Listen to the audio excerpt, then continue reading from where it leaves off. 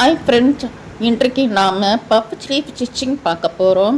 முதல்ல ஸ்லீவில் கேப் ஆகிட்டு ஒரு மீஜர்மெண்ட் இருக்கும். ரெகுலர் ஸ்லீவு அது எப்பவும் போல் 3 இன்ச் வச்சு இருப்போம். ஆனால் பஃப் ஸ்லீவுக்கு கொஞ்சம் எக்ஸ்ட்ரா தேவைப்படும்.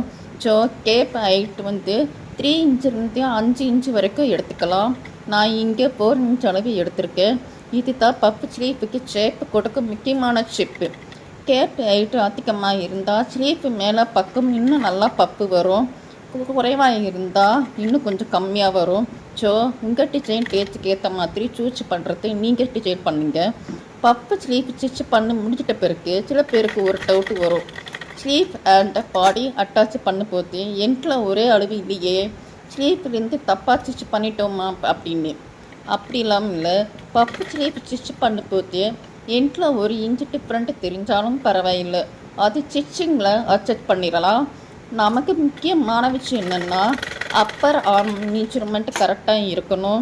அது சரியாக இருந்தால் நீங்கள் ஸ்டிச் பண்ணினது தப்பு இல்லைன்னு அர்த்தம். டிஃப்ரெண்ட் வந்தாலும் ஸ்லீப் ஃபிட்டில் ப்ராப்ளம் வராது.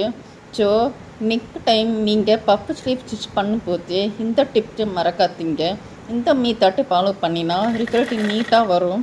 அட்டாச் பண்ணும்போது டென்ஷன் இல்லாமல் ஸ்டிச் பண்ணி பாருங்கள்.